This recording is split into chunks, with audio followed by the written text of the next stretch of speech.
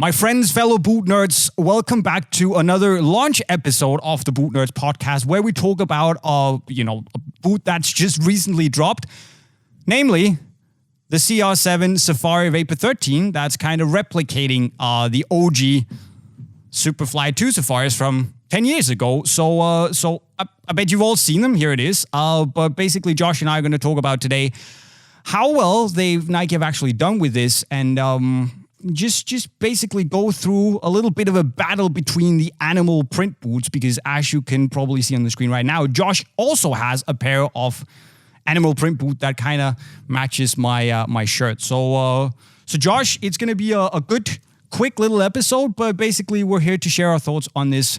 I'd call it a relatively cool drop. What do you think?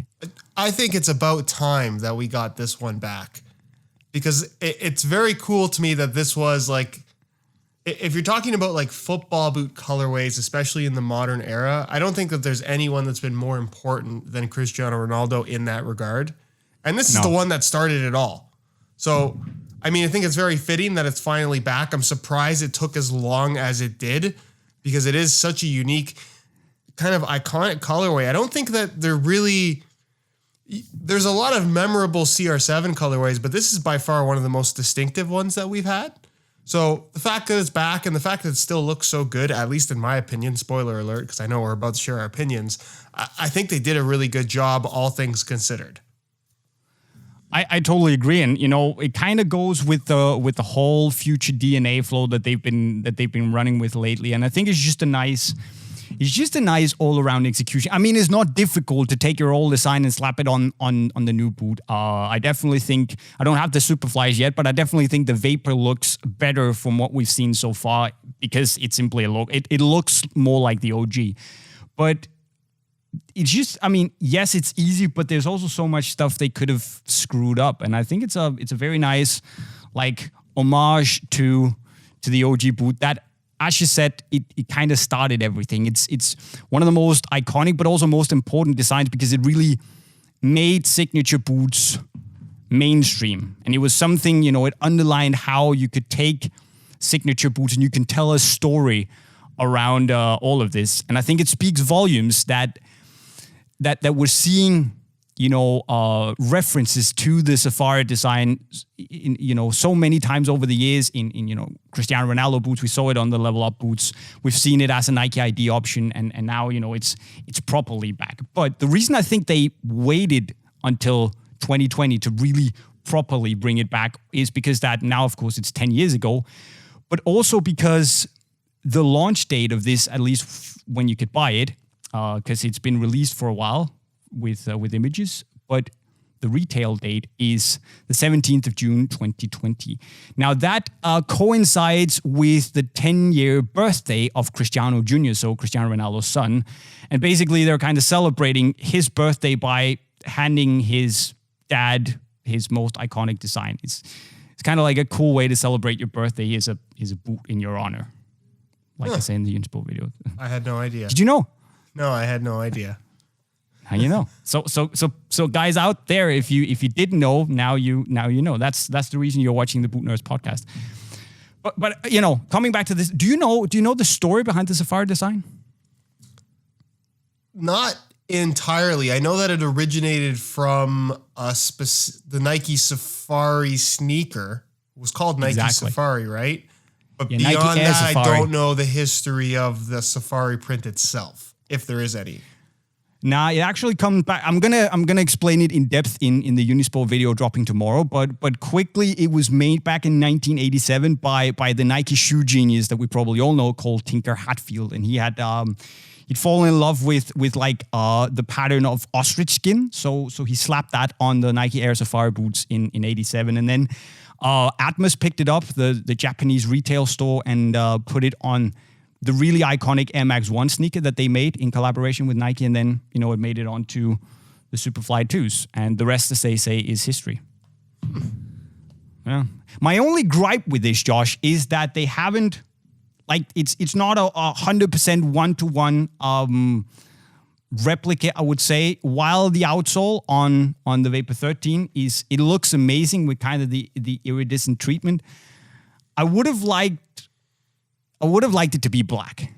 And I also would have liked the back studs to be orange like they were on the OG Superfly. And also, where are the chevrons? That's what I was going to point out, because I thought the same thing. Like, maybe they could have put some black accents in the split sole on the new one, and maybe it would have, because I think going the fake carbon fiber route wouldn't have been a good move, because I just don't think that looks very good. But all things considered, I mean, they made the right call for the most part. But you're right, the chevrons on the upper, which is kind of like one of the aspects of that OG colorway that a lot of people don't even realize is there. Because in a lot of pictures, like, it has to be like kind of perfect lighting for it to pick up really well. Otherwise, it kind of just blends in and most people don't notice it. But yeah, it's a big part of it, where basically there's these like chevrons pointed forward, and like part of those sections has like faded safari print. It's very unusual. It almost looks like a mistake at a quick glance. But then it's just one of those little details that I think just, it's not necessary, but it was part of the original, so maybe they should have put it on the remake as well. Yeah, and I guess, they say that they have, but I just don't really see it. So, but I mean, all things considered, this is very, very nice, and I'd say it's up there with the Superfly 1 Future DNA as one of the coolest design remakes we've seen on a newer boot to thus far in 2020. But what people probably also came for was to see the battle of the animal print boots, because there in your hands you have the Korea White Tiger Vapor 13. Kind of matches the shirt I'm wearing. But which is cooler, do you think? I think for me, given the historical significance of the safari print ones, and just that was like kind of a part of my childhood to a certain extent, I love that safari print. That to me is such a cool pattern. Although if we're talking about like animals, like I'll take a white tiger over an ostrich almost any day. It's a much cooler animal in my opinion. I don't know. The Korea ones, they're really nice. The one thing about them in person that maybe doesn't come across in pictures is that the actual tiger stripes themselves are kind of like this glossy, sparkly blue rather than black like it looks like in a lot of pictures. I mean, it's cool. A lot of people have compared this, I've seen, to the OG launch colorway for the Nemesis, which I understand that comparison to a certain extent, although in person they look, I would say, a lot different. The lightning bolt Nike swoosh has been fairly controversial, as we've seen with the neighborhood pack. I kind of like it. I've heard a lot of people say it looks like something that the knockoff companies would do. And I like the way they did the sole plate with this kind of iridescent finish that has the tiger stripes underneath. It's pretty cool how they did it. It's a very well executed colorway. But for me, the safari print ones, if I had to pick between the two, those are the ones that I would have. I think I agree with you. And I would say I'd also pick the safari ones for like historical,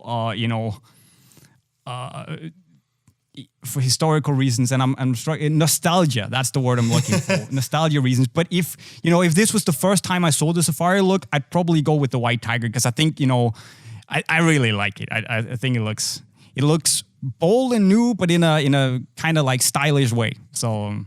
Yeah, I think there's a lot of people that would agree with you, and feel free to leave your vote down below in the comments, because I think they took polls off of YouTube, did they not? I'm pretty sure they did. They did. It was amazing, but so we can't do a poll in the corner of the screen. So you guys are gonna have to vote manually down below in the comments the old-fashioned way. Yeah.